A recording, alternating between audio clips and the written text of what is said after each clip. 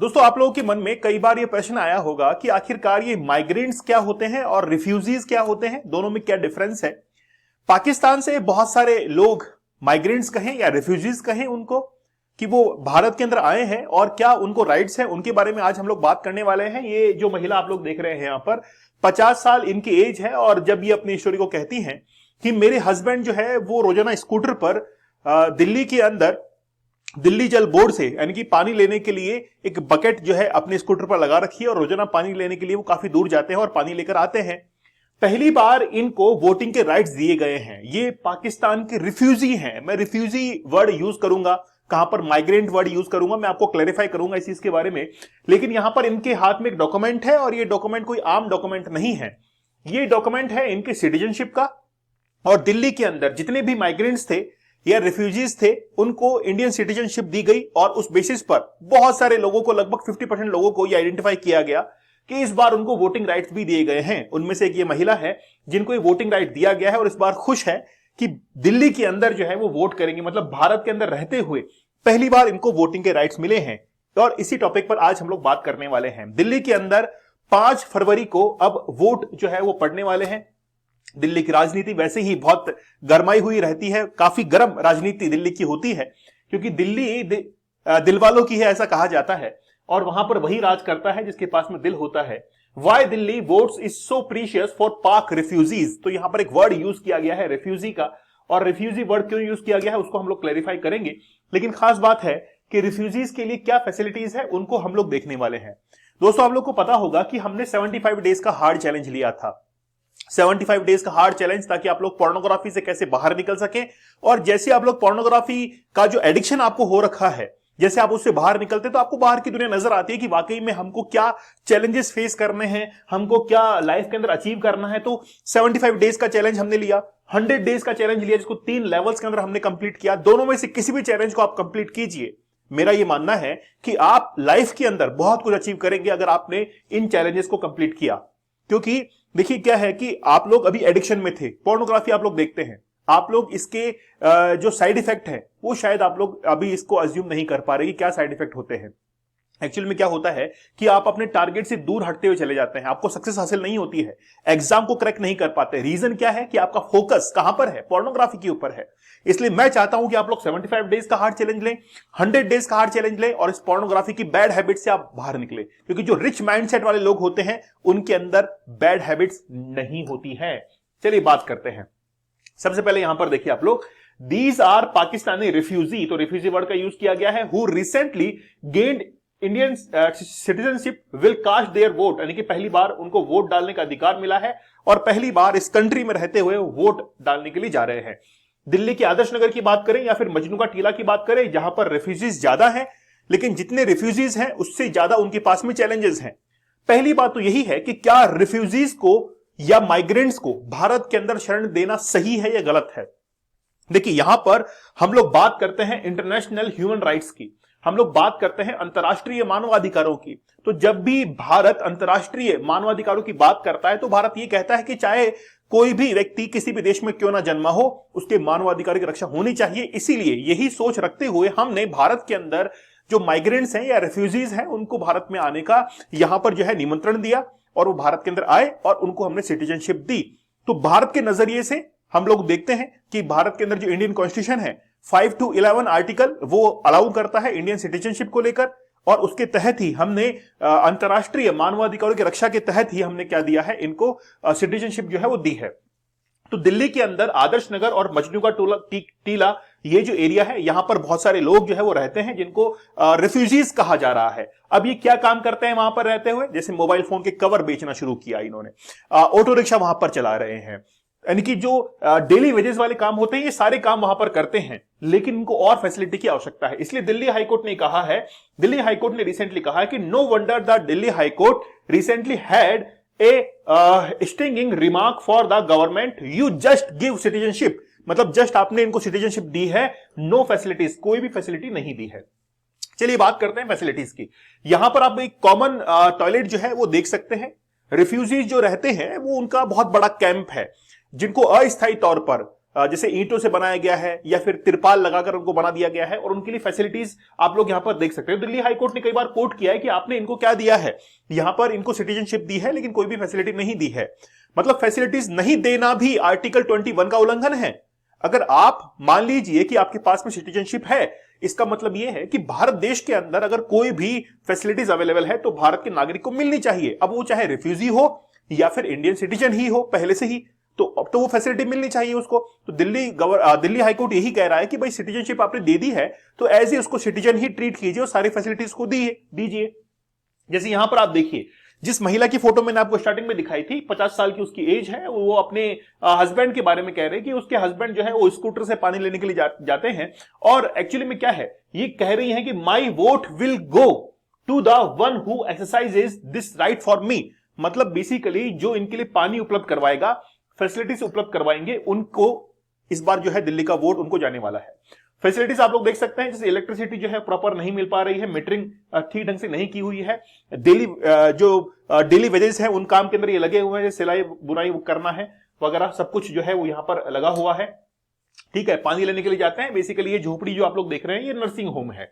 तो मजनू का टीला जो एरिया है वहां पर बहुत सारे रिफ्यूजी जो है रह रहे हैं, और ये आप लोग देख सकते हैं कि ये एक नर्सिंग होम है। तो कोई भी फैसिलिटी नहीं है, जैसे एजुकेशन की बात करें हम लोग, हेल्थ फैसिलिटीज की बात करें, कोई भी इनके लिए फैसिलिटीज नहीं है। लेकिन वो फैसिलिटीज जो प्रोवाइड करवाएगा वही दिल्ली का जो है वो वोट बैंक, यानी कि उसका जो वोटर है वो काफी मजबूत होगा और वो जीतेगा।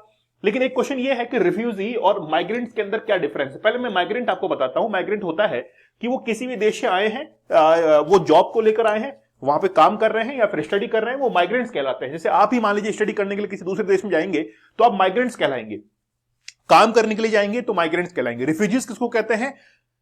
जिस देश के अंदर वो पहले रह रहे थे वहां पर उनको वायलेंस फेस करना पड़ रहा है, वहां पर उनको डिस्क्रिमिनेशन फेस करना पड़ रहा है, उनको प्रॉब्लम्स आ रही हैं, और फिर वो किसी दूसरे देश के अंदर जाते हैं ड्यू टू दीज रीजन, तो फिर उनको रिफ्यूजीज जो है वो कहा जाता है। तो जो देश उनको प्रोटेक्शन देता है ना, उनके लिए वो एक बहुत बड़ा टास्क बनता है कि अब इनके मानवाधिकारों की रक्षा जो है वो हमको करनी पड़ेगी।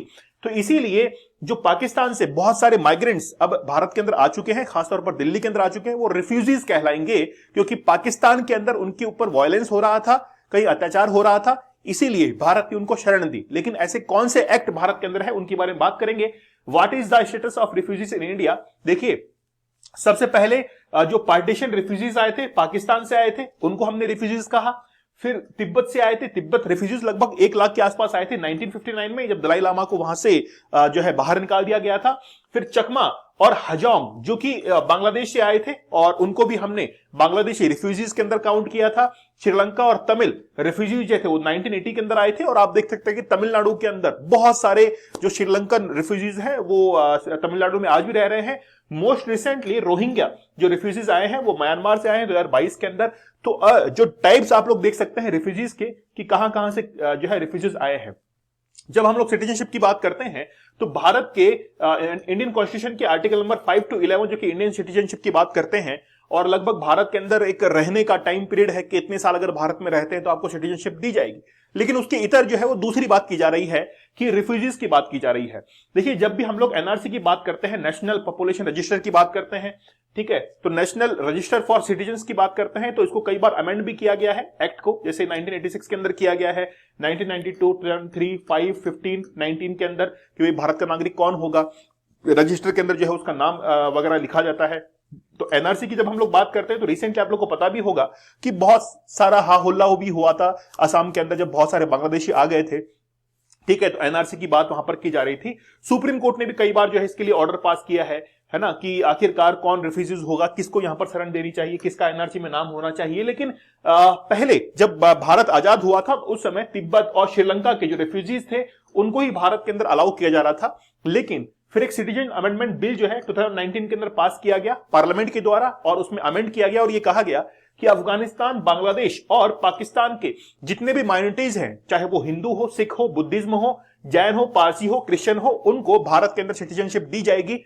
और फिर अगर उन देखिए, ये तय बात है कि पाकिस्तान के अंदर, अफगानिस्तान के अंदर जो लोग रह रहे हैं, माइनॉरिटीज के अंदर है, उनके ऊपर अत्याचार होते ही हैं। आज देखिए कि बांग्लादेश के अंदर बहुत सारे हिंदू मंदिर थे, उनको खत्म किया गया, और हिंदूज के ऊपर बहुत सारे अत्याचार किए गए और ये मामला जो है इंटरनेशनल लेवल पर गया।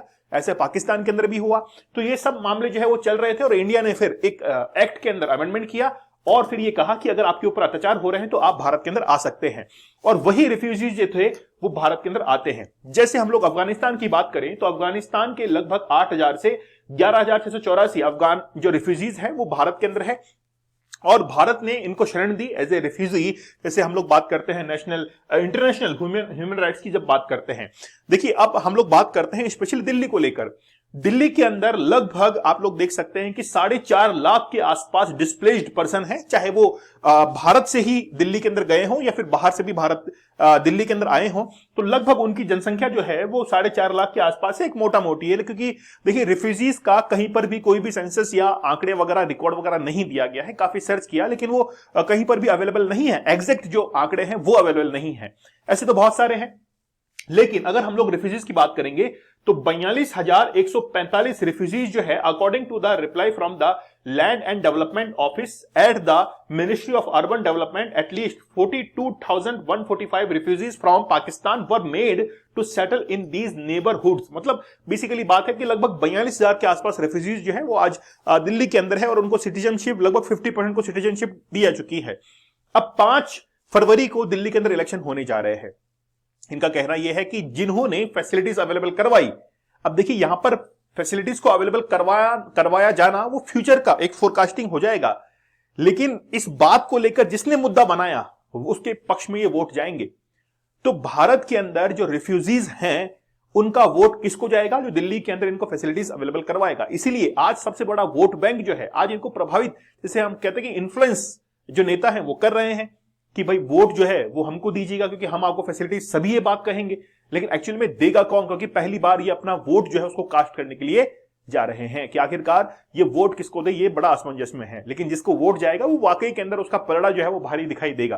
तो दिल्ली के अंदर अब देखते हैं कि रिफ्यूजीज जो है वो आखिरकार वोट किसको देते हैं, पहली बार ये वोट करने के लिए जा रहे हैं। आप लोग मुझे कमेंट सेक्शन में जरूर बताइएगा, भारत के अंदर जो पाकिस्तानी रिफ्यूजीज हैं क्या इनको शरण देना या नागरिकता देना क्या वाकई में सही है? और अगर नागरिकता दे दी गई है तो इतनी सारी फैसिलिटीज, क्योंकि हो सकता है देखिए फैसिलिटीज एक लिमिटेड होती हैं, अगर वाकई में इनका इतना ज्यादा डिस्ट्रीब्यूशन कर दिया गया कि हर व्यक्ति को फैसिलिटीज दे दी गई तो जो इंडिया के पास, इंडियन सिटीजन के पास में ऑलरेडी फैसिलिटीज है उसमें कहीं ना कहीं कमी आएगी। ऐसा पॉसिबल हो सकता है। लेकिन अगर सिटीजनशिप दे दी गई है तो फिर फैसिलिटीज जो है वो दिल्ली हाईकोर्ट के अकॉर्डिंग मैं आपको बता रहा हूं कि कहा है कि सिटीजनशिप अगर दी गई है तो फिर उनको क्या दी जानी चाहिए? फैसिलिटीज दी जानी चाहिए। दोस्तों आप लोग हमारे 75 डेज के हार्ड चैलेंज को जरूर ज्वाइन कीजिएगा, वाकई में जबरदस्त टेक्निक्स हैं। मैं आप लोगों से कहूंगा कि जिंदगी के अंदर अगर चैलेंज नहीं लिया तो कुछ भी नहीं किया। चाहे 75 डेज का हार्ड चैलेंज लीजिए या फिर 100 डेज का हार्ड चैलेंज लीजिए, आपके लिए एक चैलेंज लेना जरूरी है। तो मिलते हैं आप लोगों से अगले सेशन के अंदर, तब तक धन्यवाद, थैंक यू, जय हिंद।